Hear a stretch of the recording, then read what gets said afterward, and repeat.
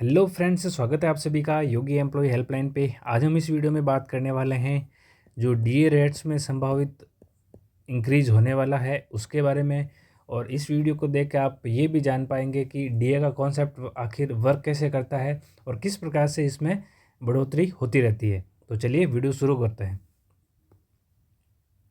तो फ्रेंड्स, जैसा कि आप सबको पता है कि जनवरी 2024 में जो डीए का इंक्रीमेंट होना था वो जनवरी में नहीं दिया जाकर 1-2 महीने बाद दिया जाता है। जैसे कि जनवरी 2023 का जो डीए रेट में बढ़ोतरी होनी थी उसका जो बेनिफिट है या जो उसकी घोषणा है वो मार्च 2023 में की गई थी। और फिर इससे क्या होता है कि इसको एरियर के रूप में दिया जाता है, यानी जनवरी से लेकर मार्च तक का भी आपको बेनिफिट दिया जाएगा, लेकिन इसकी घोषणा जो है वो मार्च में हुई थी। तो इसी प्रकार से जो जनवरी 2024 में डीए बढ़ना है उसकी घोषणा मार्च में होने वाली है। तो इसीलिए आप देखेंगे कई जगह आपको न्यूज़ की हेडलाइंस मिलेगी कि डीए में बढ़ोतरी होने वाली है। वो कितने होने वाली है तो उसके बारे में भी अब चर्चा करेंगे कि किस प्रकार से डिसाइड होता है कि कितनी डीए की बढ़ोतरी होगी। फिलहाल आप यहाँ देखेंगे तो टाइम्स ऑफ इंडिया का ये आर्टिकल है, इसमें लिखा हुआ है कि central government employees pensioners likely to get 4% DR hike soon when to expect know salary calculation. यहाँ पे आप क्लियरली देख पाएंगे कि 4% के डीए इंक्रीमेंट की ये बात हो रही है यहाँ पर। तो ये जो 4% का आंकड़ा है वो आखिर लिया कहाँ से जाता है उसके बारे में हम कुछ पता करेंगे। तो यहाँ पे आप देखिए कि हर महीने जो सेंट्रल गवर्नमेंट है वो price index for industrial workers जो सीपीआई है, यानी कि जो कंज्यूमर प्राइस इंडेक्स है इंडस्ट्रियल वर्कर्स वाली, ये जो सूचकांक है मुख्य रूप से इसी पर डिपेंड करता है कि आपकी सैलरी में इंक्रीज़ कितने होने वाला है डीए के रूप में। जैसे ही सेंट्रल गवर्नमेंट डीए में बढ़ोतरी करती है उसको उसका अनुसरण करते हुए स्टेट गवर्नमेंट भी डीए में वृद्धि कर देती है। और ये जो डीए में वृद्धि है ये सेंट्रल गवर्नमेंट के द्वारा साल में 2 बार की जाती है, यानी एक बार जनवरी और दूसरा जुलाई। तो इनमें डीए में बढ़ोतरी की जाती है, लेकिन क्या होता है कि सरकार 1-2 महीने बाद ही ऑर्डर जारी करती है और जो आपको फ़ायदा है वो उसी महीने से दिया जाता है। जैसे जनवरी का ऑर्डर मार्च तक निकल पाता है, जुलाई का सितंबर अक्टूबर तक निकल पाता है और आपको फिर बैक डेट से इसका बेनिफिट दिया जाता है।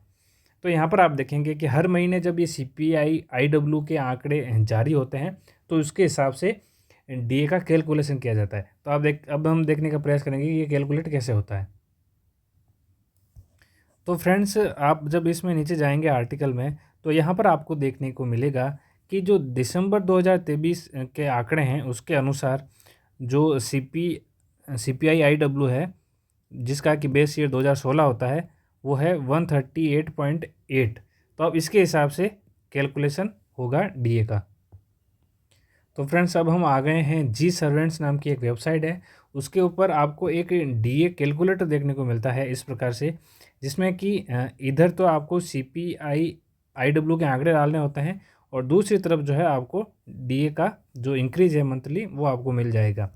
वैसे तो देखिए हर महीने चूँकि आंकड़े जारी होते हैं तो आपका डीए हर महीने तो बढ़ाया नहीं जाता है, आपका डीए बढ़ाया जाता है हर 6 महीने के बाद। तो पहला डीए इससे पहले जो डीए बढ़ा था वो जुलाई में बढ़ा था, यानी जुलाई में 139.7 ये सीपीआई के आंकड़े थे। तो इसके हिसाब से सॉरी, जुलाई में जो बढ़ना था वो जून के हिसाब से बढ़ना था, तो जून में जो आंकड़े थे उसके हिसाब से 46% आपका डीए होना चाहिए था। तो उसके हिसाब से फिर जुलाई में आपका जो डीए है वो 46% कर दिया गया था। तो अभी जो डीए चल रहा है वो है 46%। तो अब आप देखेंगे कि जो नेक्स्ट डीए बढ़ने वाला है वो दिसंबर के आंकड़ों के हिसाब से बढ़ने वाला है। तो दिसंबर में जो आंकड़े होंगे उसके हिसाब से बढ़ेगा। तो हम यहाँ पर आंकड़ा फीड कर देते हैं 138.8।